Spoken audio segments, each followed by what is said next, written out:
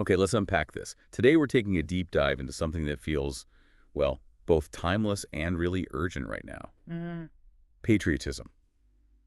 What does it actually mean? It's fascinating, isn't it? Because for so many, it's this unifying idea. Right. But for others, it's become, a real battleground, divisive. Exactly. We've got this great stack of research reports, history, contemporary stuff to help us sort through it. And that's the goal here, I think. Patriotism, a word meant to bring people together, loyalty, unity, Yeah. is now often used to divide, to exclude, sometimes even to, well, justify violence. It's quite stark when you look at it. So our mission really in this deep dive is to try and pull out that core idea of American patriotism. The constitutional idea. Yes, rooted in the Constitution. Yeah. And importantly, separate it from the ways it gets twisted, the dangerous ways. Exactly. What is a true patriot? How does that look? And why is defending that, that civic virtue maybe more critical now than ever? Especially with some recent events. Yeah. Get ready for maybe some moments, maybe a few things you didn't expect. Should be interesting. So where do we even start? Hmm. Defining American patriotism seems huge. Well, the sources, they all pretty much point back to the beginning, the founding principles. Okay. And it's clear it's not just blind loyalty, not to a leader, not to a party. Not even just to the government itself. Right, not unquestioning loyalty anyway. So the question becomes, what is it then? What's the foundation? Good question. And our reports, they keep coming back to this.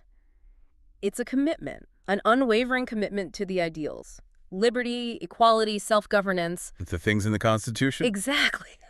Enshrined right there.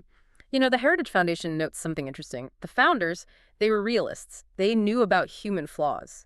So they built a republic based on universal rights, consent of the governed, not shared background, not ethnicity, and they put in checks and balances. Guard against things going wrong. Precisely.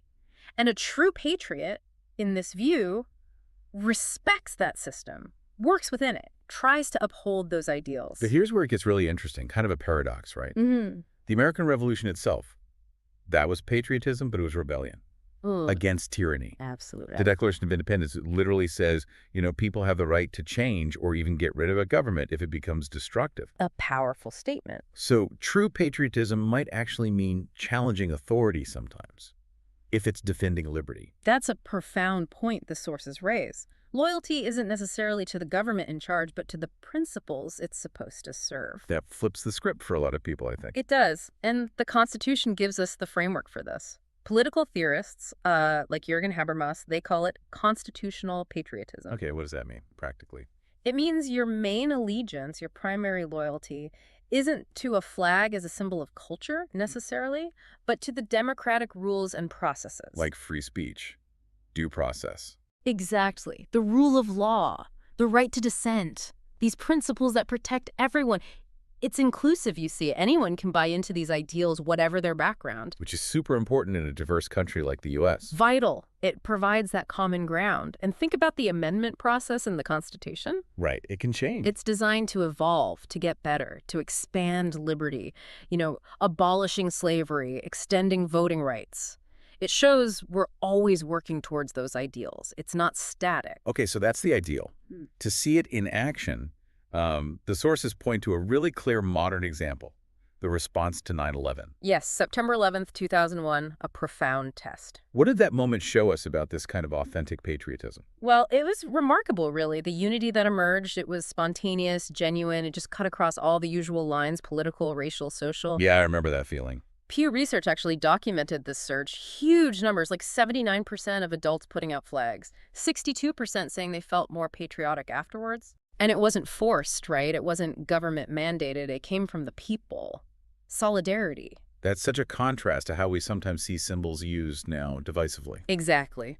Back then, the flag displays, they represented something inclusive. Shared grief, yes, but also shared resolve, hope.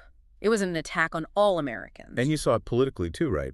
President Bush's approval rating shot up. To 86%, huge bipartisan support.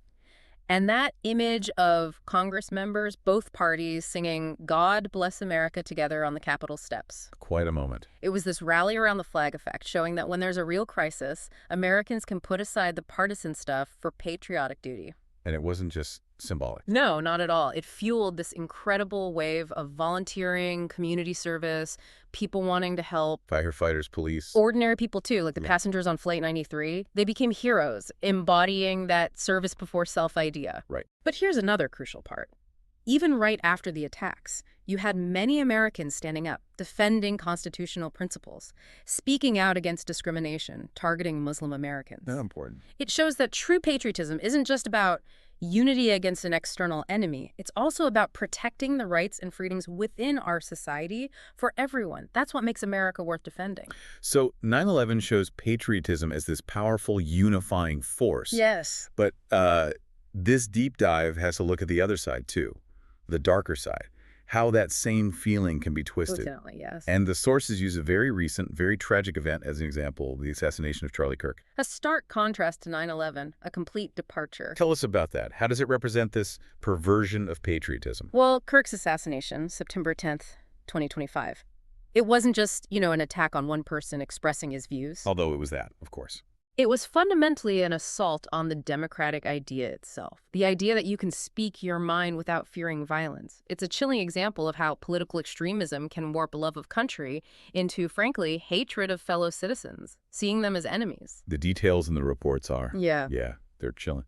Kirk, a well-known conservative activist, killed during a public event at Utah Valley University, and the alleged killer, Tyler Robinson, just 22, no criminal record. Used a high-powered rifle. And the things reportedly inscribed on the bullet casings. Extremely disturbing. A mix of sort of political slogans, online meme references, things like, hey, fascist, catch, and lines from Bella Ciao, but then mixed with really obscure internet stuff. Like, ow, oh, oh, what's this? Just bizarre, offensive meme phrases. It points to this toxic blend, doesn't it? Political motive seemingly mixed with deep online radicalization, isolated individuals getting pulled into these echo chambers. Yeah, where extreme ideas become normal. Exactly. And the reaction after the assassination was just as divided, just as concerning. No. On one side, you had some on the right calling for retribution, even violence. On the other, you had some on the left actually celebrating his death online. Which is also deeply disturbing. Both extremes, the reports argue, show a perversion of patriotism, viewing political opponents not just as wrong, but as existential threats that need to be eliminated. And the political response. Well, the Trump administration immediately called for the death penalty, blamed radicals on the left. It just threw fuel on the fire, deep into the divisions. It's an example of what the sources call weaponized patriotism. Precisely. Using patriotic language, symbols, not to unite, but to attack opponents, justify extreme measures, or shut down debate. A very dangerous path. And, this misuse of patriotism, it's not entirely new, is it? Oh, not at all. History gives us plenty of examples. Our sources really dig into this pattern, how symbols, rhetoric get twisted. That's right. They talk about how flags, anthems, these powerful symbols, they can be co-opted. Groups try to wrap themselves in the flag, claiming they represent true patriotism. While actually promoting hate or division. Exactly. It's insidious, trying to redefine patriotism to exclude people, to say, you're not a real American if you don't agree with us. That's fundamentally anti-patriotic in the constitutional sense. And historically, you see this again and again. You mentioned the sources point this out. Yeah, think way back. Alien and Sedition Acts, late 1700s. Criticizing the government suddenly becomes unpatriotic, even criminal. Wow. Or the Palmer raids after World War I. Rounding up suspected radicals, often without due process. Fear-driving policy. And during World War II. The internment of Japanese Americans. A huge injustice, based purely on ancestry, not loyalty. Questioning people's patriotism based on where their family came from. Terrible chapter. And then McCarthyism. The Red Scare. Just defending someone's constitutional rights could get you labeled disloyal. Careers ruined, lives shattered. Fear again. So in all those cases, who were the real patriots? Arguably, it was the people standing up for the Constitution, for due process, free speech, equal rights for everyone, even the unpopular groups. They were often attacked as disloyal at the time. But they were upholding the core principles. Exactly. Which brings us to a crucial question for you, listening right now. How do you tell the difference? True patriotism versus the fake kind, the perverted kind. How do you spot it? The key, according to our sources, is to look at the effect. Does the rhetoric, do the actions strengthen our democratic institutions? Do they uphold constitutional rights for all? Like the 9/11 unity did. Right. That brought people together around shared values, strengthened the sense of community? Or does it weaken those things? Does it divide? Does it undermine rights? Does it attack democratic processes? Like the rhetoric around the Kirk assassination. Precisely. Judge the claim not just by the flag waving or the emotional appeal, but by whether it aligns with those fundamental constitutional principles. Is it inclusive or exclusive? Does it build up or tear down? Okay, so that's the challenge. With all this complexity, the history, the current dangers, Yeah. what do we do?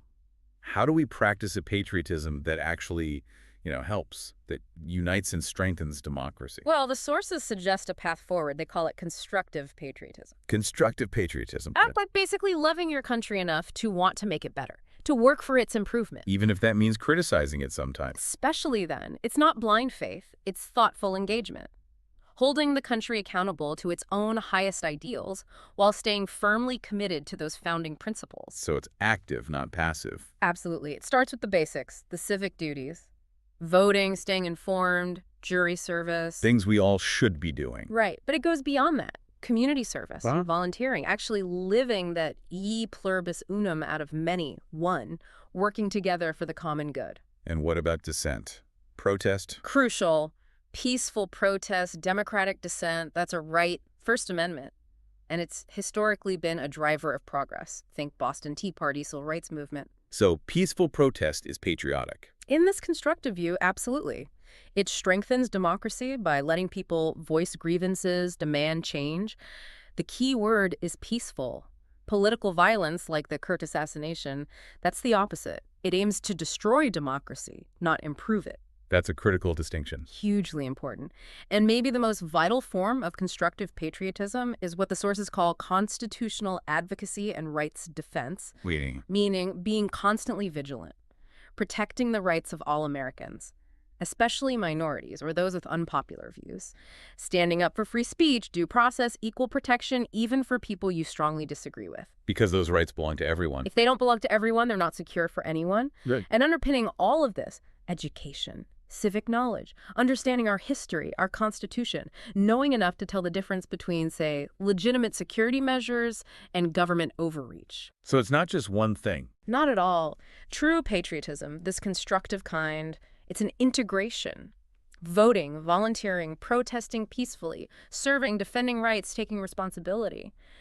It's really a way of life. A commitment to building a democracy that actually lives up to those ideals we talked about. It's a continuous effort. Always. And if you really connect all these dots, you see the stark contrast, right, between the unity after 9/11 and the deep, dangerous division around the Kirk assassination. Yeah, it's like two completely different paths. It really illuminates a fundamental choice, doesn't it? For American democracy right now, we can choose that path of unity, of commitment to the Constitution, of constructive work. Like we saw after 9/11. Or we let political extremism hijack patriotism. Let it be weaponized into division, hatred, even violence. As the Kirk assassination sadly represents. The characteristics of a true constructive patriot seem pretty clear from our sources, though. They're constitutionalists. Yes, they work to unite, not divide. They're willing to criticize constructively. They defend rights for everyone. And they're active citizens, engaged. That choice, which path to follow, feels incredibly immediate. It's facing us right now. So the way forward, it means rejecting that false divisive patriotism. Actively rejecting it from extremist groups, from anywhere it appears, and instead really doubling down on defending constitutional rights for all Americans. Engaging in debate, sure, but with civility, with respect, even when we disagree profoundly. Which brings us back to a listener. To you. Yeah, it raises a really important question, maybe something to reflect on. How do you, in your own life, actively choose to strengthen those democratic principles? How do you push back against division taking hold? What does constructive patriotism look like for you today?